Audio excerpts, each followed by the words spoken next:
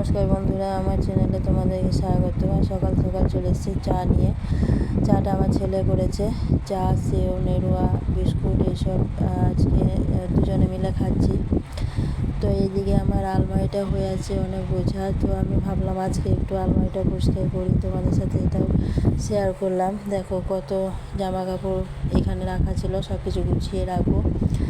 আর এদিকে আছে আমার এঁঠো বাসন, এগুলো ধুতে হবে। শরীর খুব খারাপ, জ্বর এসেছে গাল থেকে। ধুয়ে টুয়ে চান টান করে তারপর চলে এসেছি রান্না নিয়ে। দেখো আজকের খাবার: ডাল, মাছের ঢেঁড়স, টক আর মাছ ভাজা, ভাত, আর এইখানে দেখো আলু সেদ্ধ। তো আর আজকের খাবার আমাদের এতটুকুই।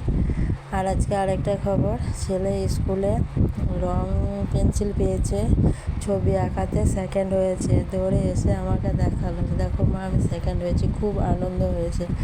তো আমিও বললাম ঠিক আছে এটা রাখ, আমারও খুব আনন্দ লাগলো। তো আজকে ভিডিওটা এতটাই।